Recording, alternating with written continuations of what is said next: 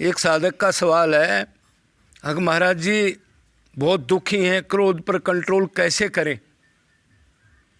भक्ति करते भी कंट्रोल नहीं हो रहा क्रोध पर। तो ये साधक हैं बठिंडा से सुरेश यादव। ठीक है इनका सवाल।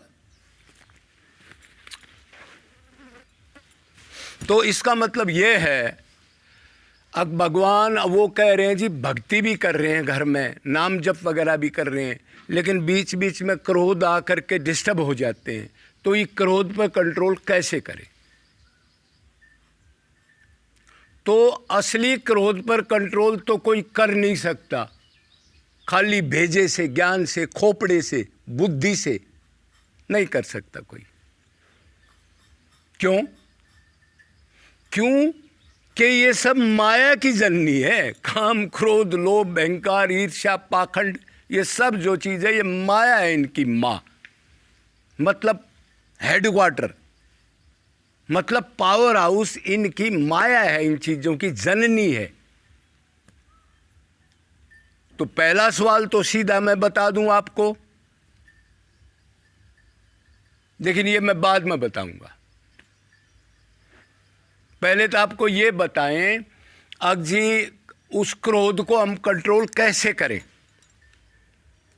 तो फिर ये सोचो क्रोध किस चीज़ से आता है? आपको किस वस्तु से, घर में या कहीं बाहर का, या वातावरण का, या दोस्त का, या बिजनेस में क्रोध कहाँ से आता है? तो क्रोध आने के तो यही कारण है, कोई आपको ये कह दे यार बड़े लोभी आदमी हो आप, तो बड़े लालची आदमी हो, या कोई कह दे बड़ा मूर्ख आदमी है तू, धूर्त है तू, गधा है तू, भाई तभी तो क्रोध आएगा। कोई कह दे तू तो बड़ा कामी आदमी है, कोई कह दे भाई तू तो लोभी है, 1 रुपया भी नहीं छोड़ता है, ऐसा मक्कार आदमी है, कोई कह दे तू तो बड़ा मोही आदमी है, तेरा तो मोह है हर एक चीज में। तो इसी चीज से तो क्रोध आएगा हमारे को। और जो कोई हमारी बड़ाई बड़ाई करता रहे, उस टाइम तो क्रोध नहीं आएगा, चाहे खाम खा वो उसको स्वार्थ सिद्ध करने के लिए उसको अच्छा बता रहा है, अरे धर्मात्मा हो, अरे बहुत अच्छा आपका बड़ा नाम है, कि उसने स्वार्थ सिद्ध करना है, उस टाइम पर क्रोध नहीं आएगा। वो किस लिए नहीं आएगा? आपकी श्रेष्ठता, और आप यही चाहते हो मैं सबसे श्रेष्ठ हूं और मेरे को कोई अच्छा कहे, इसलिए नहीं आएगा। जबकि है उल्टा, अंदर से कोई अच्छा ही नहीं है, सारे ऐब तो भरे हैं हमारे अंदर। जब तक भगवत प्राप्ति नहीं होगी, जब तक कौन ऐसा साधु है, कौन सा ऐसा संत है, या कौन संसारिक, या कौन है जिसकी ये माया गई हो, जो काम, क्रोध, लोभ, मोह, ईर्ष्या, जलन, पाखंड से दूर हो जाए और देहभान से दूर हो जाए, नाम गाम से, ऐसा है कोई?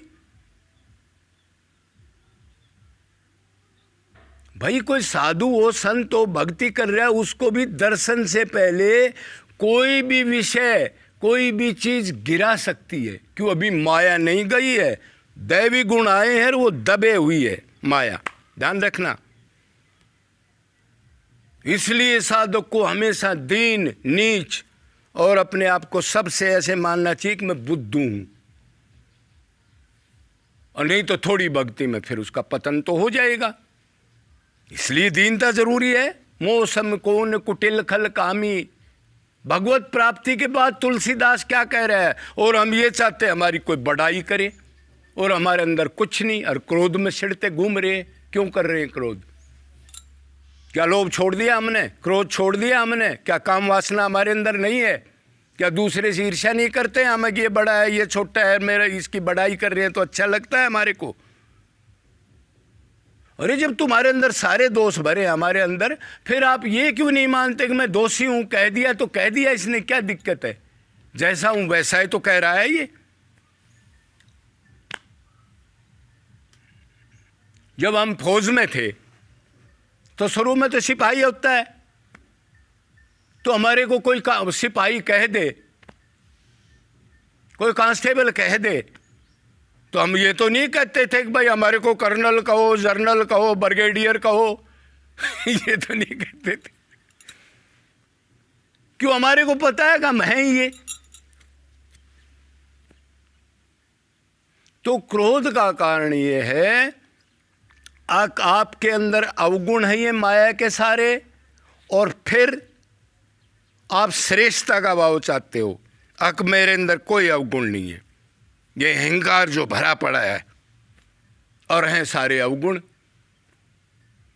तो क्रोध को कम कैसे करें? दूसरे आदमी कहते हैं जब, या घर वाले कहते हैं, तो उसका ये सोचो कि एक तो मेरे को माया लगी है, ये गलत नहीं कह रहा, जो कह रहा है ठीक कह रहा है। दूसरा ये सोचो क्या पता प्रारब्ध में कभी मैंने पहले इसको दुखी किया हो, क्रोध दिलाया हो और ये बदला ले रहे हो। तीसरा ये सोचो कि मैं भक्ति कर रहा हूँ और भक्ति के अंदर बहुत टेस्ट होते हैं, आपके गुरुओं ने बताए होंगे। जब आगे चलोगे तो आप ये सोचो कि श्याम सुंदर ही उसके अंदर बैठ के तेरा टेस्ट ले रहा है, कभी क्रोध की बात कर रहा है, कभी लोभ की, कभी तेरे को इस टाइप की जलन हो या टेंशन हो, ऐसी बात कर रहा है। और चौथा ये समझो प्रारब्ध है, प्रारब्ध संचित कर्म से प्रारब्ध बना है, क्या पता मेरा प्रारब्ध ऐसा है और पिछले जन्मों में मैंने क्या क्या करके आया हूं मैं। तो ये 3-4 बात सोचोगे तो कंट्रोल कम करोगे। दूसरी बात यह है चुप रहना सीख लो। घर में कोई बात हो या बाहर हो तो 10 आदमी कोई ऐसे बोल भी दे तो आप पर अगर कंट्रोल नहीं होता तो चुप हो जाओ, बोलो मत। वो एक में कहेगा, 2 में कहेगा, और कंट्रोल नहीं करोगे तो वो कहेगा फिर आप कहोगे, फिर वो कहेगा फिर आप कहोगे, और यहाँ तक मार पीटप थाना तहसील और सर फूट जाते हैं। और अंदर से सोचो अरे ये मेरा टेस्ट ले रहा है, मैं तो भगवान श्री कृष्ण की भक्ति कर रहा हूँ, गुरु ने बताया था कहने दे, मेरा क्या है, मैं तो आत्मा हूँ। और मान लो कह भी रहा है तो मेरे अंदर सारे अवगुण बने, ऐसे उसको काट दो और चुप रहने की आदत कर लो और दूसरे से सुख मत चाहो। और ये सोचो अब मेरा मन गंदा हो जाएगा, क्यों? श्री कृष्ण के गुण रूप लीला धाम और उसका प्यारा गुरु, यहाँ तक मन रहे तो ठीक है। संसार में मन जाएगा, क्रोध में मन जाएगा, एक ही मन है, वो क्रोध की बात करेगा, श्याम सुंदर का चिंतन हट जाएगा। अगर 5-7 मन हो तो एक क्रोध में लगा दो, एक लोभ में, एक ठाकुर में लगा देते। लेकिन ऐसा नहीं है, उसको पता है आदमी धोखेबाज है, अनंत बार देख लिया, एक ही मन दिया है। ये 2 दे दिए, नाक कान भी 2 दे दिए, आंख भी 2 दे दी, लेकिन मन एक दिया है, उसको पता है ये बहाना बनाएगा। तो ऐसे सोचो।